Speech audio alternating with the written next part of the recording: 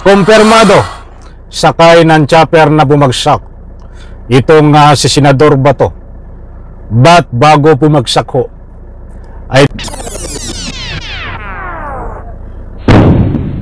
Alright, welcome back to my YouTube channel. I'm Andes Vlog. Nako, ito palang si Senador Bato ay kinumpirma na pasahero siya nung chopper na bumagsak. Mga kaibigan, ay sa lahat ho na nagtatanong, marami ho ang nagtatanong kung kumusta na ang kalagayan ni Senador Bato doon sa comment section.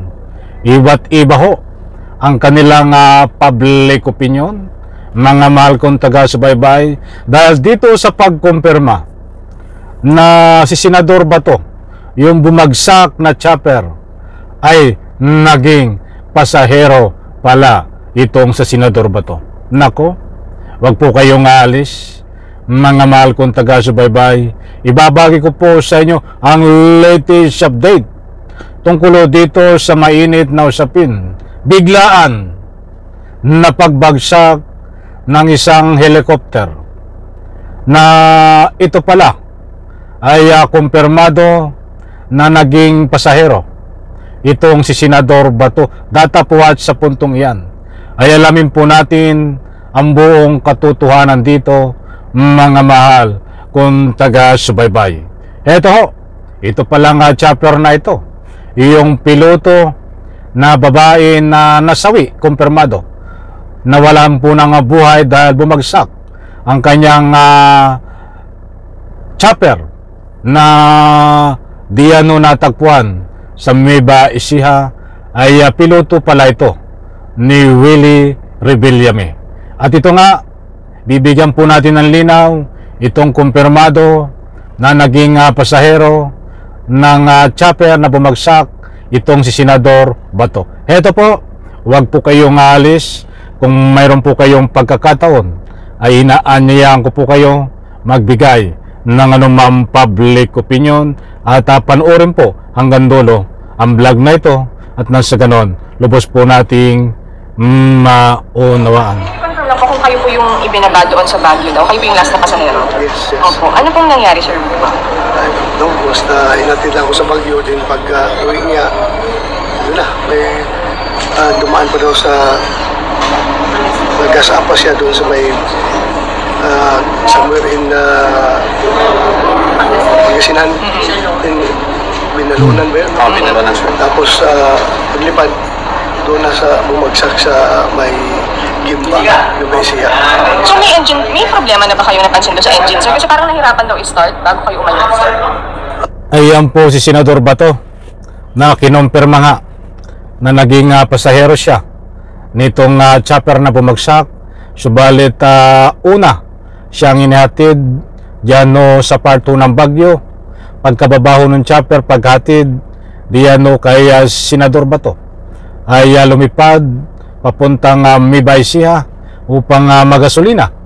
Ay ang sakay lang ho ay isang piloto, kaya't ito ay nakaligtas, itong si Senador Bato, sa pagbagsak ng ika nga po chopper. Ay wala na ho siya doon, ibinabaho doon sa Baguio.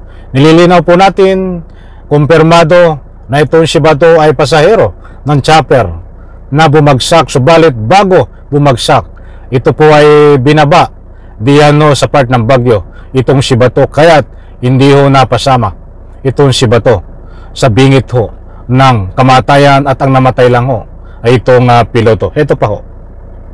I don't know, kasi pinick up nila ako doon sa Imus, Cavite. Hindi pa nagpatay ng makina doon. Umaandar man yung makina. At saka very smooth man yung flight namin going towards Baguio. Napaka-smooth at masaya kami doon sa flight.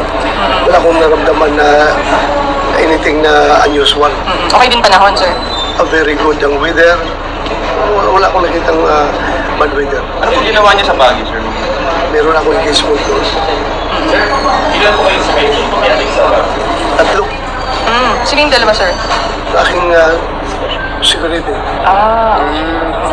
Ayan po si Bato, sinasalaysay niya bago bumagsak ang helikopter na talagang sabi nga niya ay pagkatid niya diyan sa Baguio ay hindi niya alam na mangyayari nga na pala na ang kanyang piloto na naghatid sa kanya ay wala na hong buhay. Nako, ang dami ang nagbibigay ng public opinion na dapat lang na hindi napasama si Bato dahil ICC ay dapat magkaroon ng hustisya sa pamagitan ng buhay na mapaparusahan ito sa pamagitan ng ICC.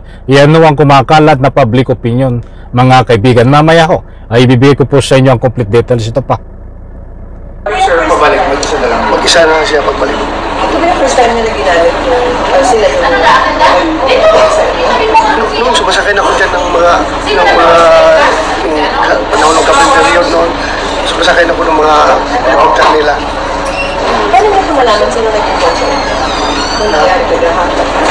Mga text lang na dumating sa akin na hindi na daw makontak yung chopper. Nasa bago ka ba naman? Nandun na sa Pangasinan. Bumaba, ang Baguio kasi bumaba ako ng sa Binmali, Pangasinan, dahil araw ng Binmali, inimbitahan ako doon sa kanilang coronation ng Ayan talagang patuloy pa rin ang pagsalaysay ni Bato. Ha? Nakaligtas si Bato. Di sa tinatawag na pagbagsak ng helikopter, mga kaibigan. Subalit ang piloto ay hindi nakaligtas, kumpirmado. Isang babae na walang po ng buhay. Binibining Binmali. So, Baguio sir, land trip ka na.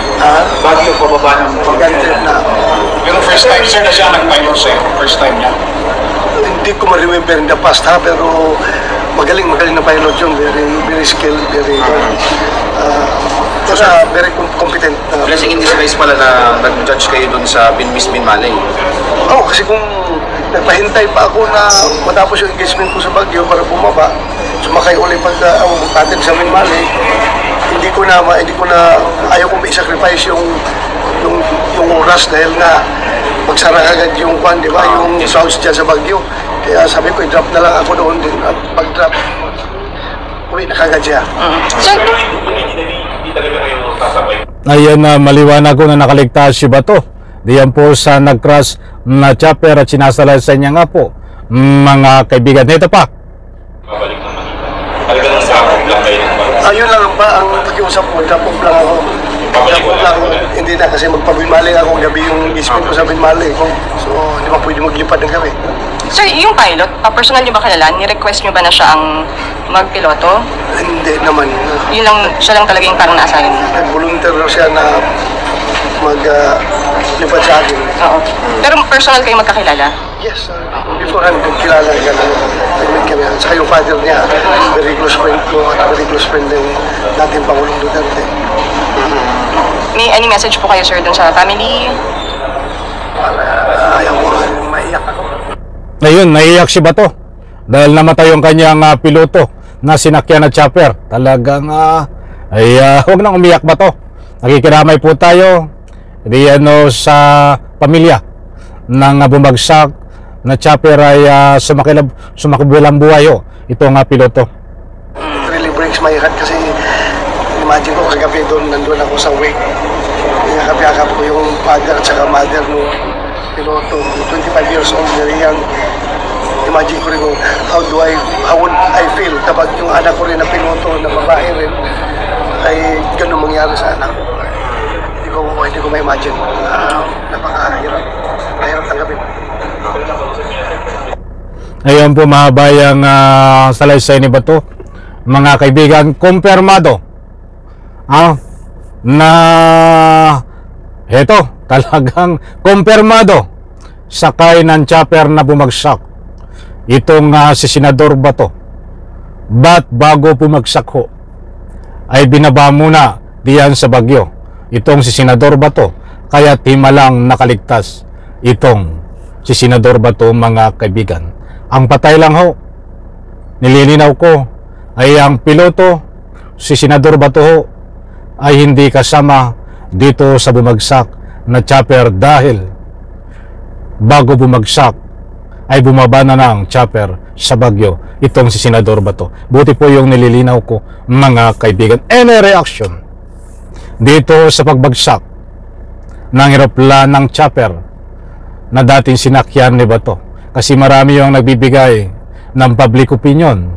Pag daw masamang damo ay mahirap kunin, hindi madaling mamatay, ayon sa mga nagbibigay ng public opinion, at ang gusto nila ay sisi at makita si Bato diyan sa loob ng kulungan.